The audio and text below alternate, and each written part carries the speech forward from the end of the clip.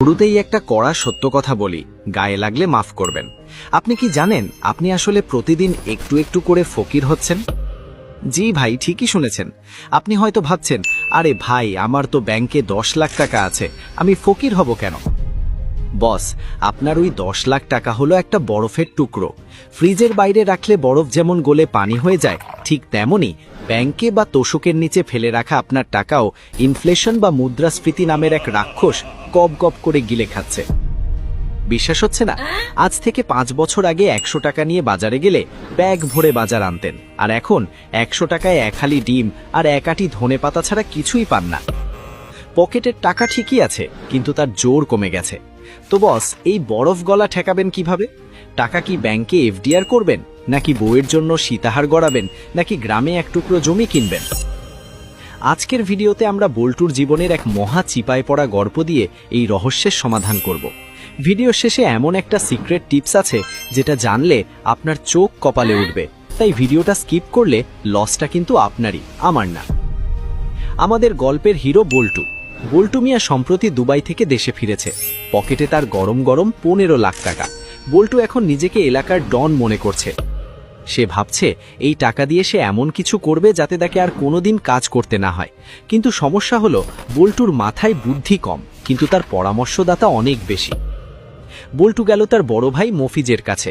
মফিজ ভাই এলাকার স্বঘোষিত অর্থনীতিবিদ। মফিজ পান চিবাতে চিবাতে বলল, শোন বল্টু, দুনিয়া বড় খারাপ জায়গা। টাকা পয়সা হাতে রাখা মানেই বিপদ। তুই সোজা ব্যাংকে যা, টাকাটা ফিক্সড ডিপোজিট বা এফডিআর করে দে। মাস শেষে সুদ খাবি আর পায়ের ওপর পা তুলে আয়েশ করবি, টেনশন ফ্রি লাইফ। বল্টু ভাবল, আইডিয়া তো খারাপ না। ব্যাংকের এসি রুমে বসে চা খাবো আর টাকা বাড়বে। কিন্তু দাঁড়ান বস, আসল খেলা তো এখানেই। ব্যাংকে টাকা রাখা মানে হলো বাঘের খাঁচায় মাংস রাখা। কেন জানেন? ধরুন ব্যাংক আপনাকে 8 টাকা সুদ দিচ্ছে, আপনি তো খুশিতে বাকবাকুম। কিন্তু বছর শেষে সরকার আপনার ওই লাভ থেকে 10-15% ট্যাক্স কেটে নেবে। ব্যাংক কাটবে সার্ভিস চার্জ, আবগারি শুল্ক, SMS চার্জ, মানে যত রকম চার্জ আছে সব কেটে কুটে আপনার হাতে ধরাবে 6 টাকা। আর বাজারে আলুর দাম, পটল আর তেলের দাম বাড়ছে 10% হারে। মানে কি দাঁড়ালো? ব্যাংক আপনাকে দিচ্ছে 6 টাকা আর বাজার আপনার পকেট থেকে কেড়ে নিচ্ছে 10 টাকা। মাঝখান দিয়ে আপনি প্রতি বছর 4% করে গরিব হচ্ছেন। ব্যাংকে টাকা রাখা মানে হলো টাকাটাকে সেফ রাখা, কিন্তু এটাকে বাড়তে না দেওয়া। এটা হলো সেই অলস ছেলের মতো যে ক্লাসে শুধু উপস্থিত থাকে কিন্তু পরীক্ষায় পাশ করে না। যারা হার্টের রোগী, রিস্ক নিতে ভয় পান, তাদের জন্য ব্যাংক ঠিক আছে। কিন্তু আপনি যদি বড়লোক হতে চান, তাহলে ব্যাংক হলো সবচেয়ে স্লো বাসের মতো, যেটা আপনাকে গন্তব্যে পৌঁছবে ঠিকই, কিন্তু ততক্ষণে আপনার নাতিপুতিরা বুড়ো হয়ে যাবে।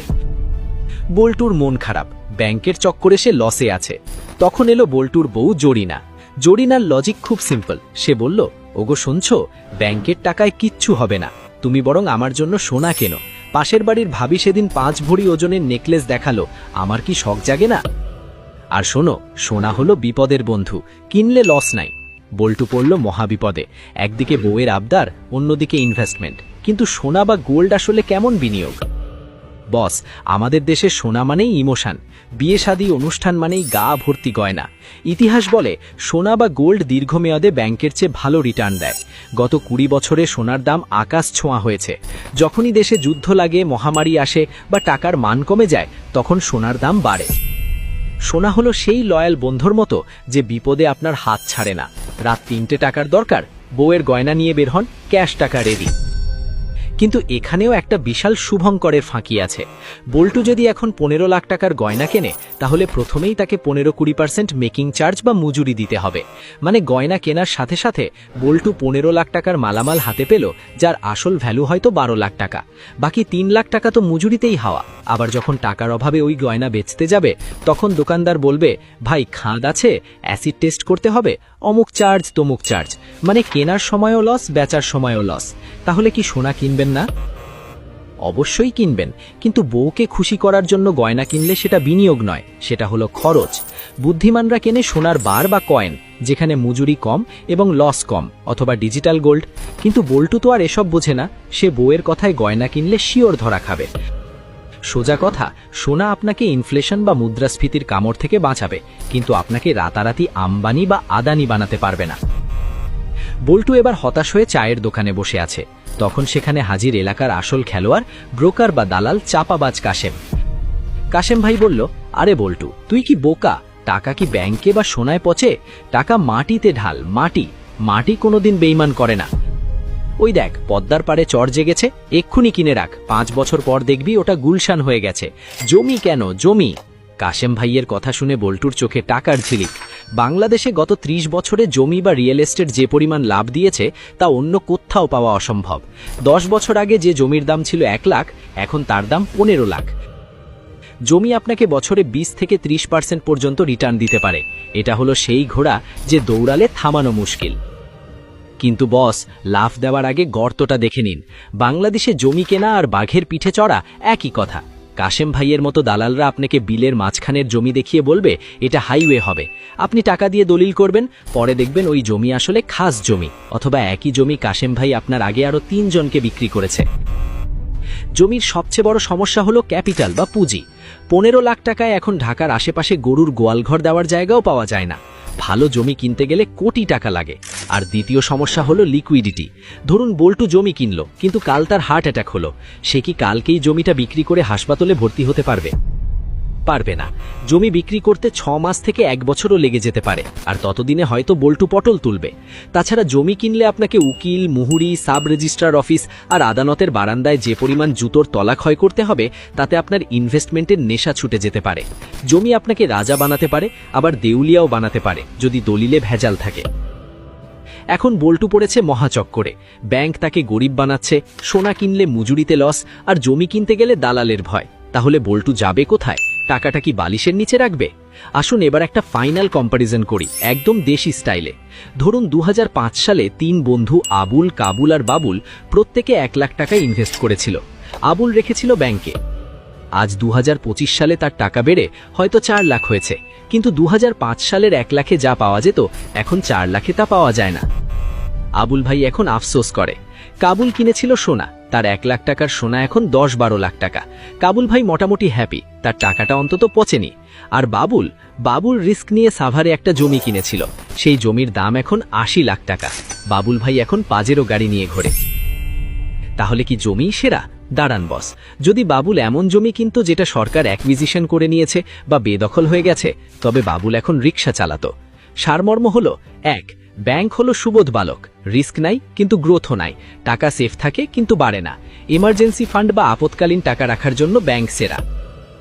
2, সোনা হলো ডিফেন্ডার, সে আপনাকে গোল হওয়া থেকে বাঁচাবে, মানে ইনফ্লেশন ঠেকাবে, কিন্তু গোল দিতে পারবে না। মধ্যবিত্তের জন্য এটা সেফ অপশন। 3, জমি হলো স্ট্রাইকার, গোল দিলে হ্যাট্রিক, কিন্তু অফসাইডে পড়লে লাল কার্ড, মানে মামলা মোকদ্দমা। আপনার হাতে যদি প্রচুর অলস টাকা থাকে এবং 5-10 বছর অপেক্ষা করার ধৈর্য থাকে, তাহলে জমিই সেরা। এখন আপনার মনে প্রশ্ন জাগছে, ভাই এত জ্ঞান না দিয়ে সোজা বলুন আমি কি করব? বস, সব ডিম এক ঝুড়িতে রাখবেন না, ঝুড়ি পড়ে গেলে সব ডিম শেষ। আপনার পোর্টফোলিও বা টাকার থলেটা এভাবে সাজান।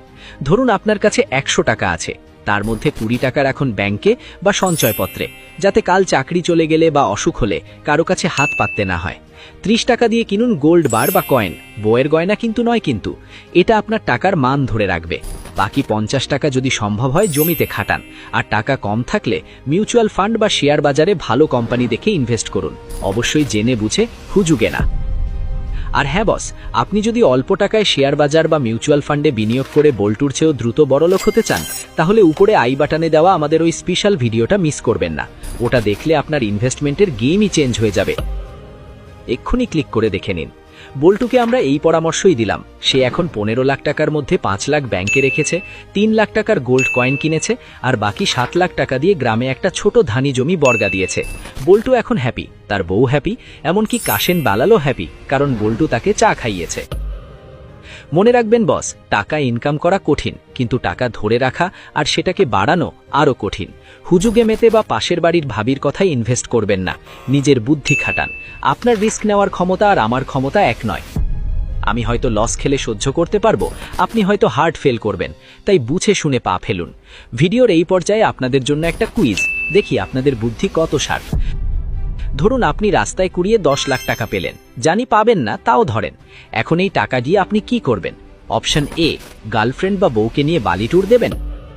অপশন বি, চুপচাপ ব্যাংকে রেখে দেবেন। অপশন সি শেয়ার বাজারে লাগাবেন, নাকি অপশন ডি আমাকে দিয়ে দেবেন? হা হা হা। সত্যি করে কমেন্টে জানান তো, যার কমেন্ট সবচেয়ে ইন্টারেস্টিং হবে তাকে আমরা পিন করব। আর হ্যাঁ, একটা বোনাস টিপস দেই, যেটা ভিডিওর শুরুতে বলেছিলাম। আপনি যদি জমি কিনতে চান কিন্তু টাকা কম থাকে, তাহলে একা না কিনে বিশ্বস্ত ৩-৪ জন বন্ধু বা আত্মীয় মিলে কিনুন। এটাকে বলে সিন্ডিকেট ইনভেস্টমেন্ট। এতে রিস্কও কমে, আবার ভালো লোকেশনে বড় জমিও কেনা যায়। তবে সাবধান, বন্ধু যেন আবার টাকা মেরে পালিয়ে না যায়, দলিলে সবার নাম যেন ঠিকঠাক থাকে। আজকের এই প্যাচাল যদি আপনার একটুও ভালো লেগে থাকে, যদি মনে হয় না বস আজ কিছু কাজের কথা শুনলাম, তাহলে কৃপণতা না করে ভিডিওটাতে একটা লাইক ঠুকে দিন। লাইক দিতে তো আর টাকা লাগে না বস। আর আপনি যদি আমাদের চ্যানেলে নতুন হয়ে থাকেন, মানে আজই প্রথমেই অধমের কথা শুনছেন, তাহলে ওই লাল সাবস্ক্রাইব বাটনটা চেপে দিন আর পাশের ঘন্টাটা বাজিয়ে দিন, যাতে পরের ভিডিও আপলোড করার সাথে সাথে আপনার মোবাইলে টুং করে আওয়াজ হয়। আমরা খুব শীঘ্রই শেয়ার বাজার নাকি জুয়া কিভাবে বুঝবেন আর 15,000 টাকায় কিভাবে বিজনেস শুরু করবেন, এই টপিকগুলো নিয়ে ভিডিও বানাবো। আপনারা কোনটা আগে দেখতে চান কমেন্ট করে জানান। আপনাদের কমেন্টই আমাদের হুকুম। ততদিন পর্যন্ত পকেটের টাকা সাবধানে রাখুন, বুদ্ধিমানের মতো খরচ করুন। দেখা হবে পরের ভিডিওতে আরও কড়া কোনো টপিক নিয়ে।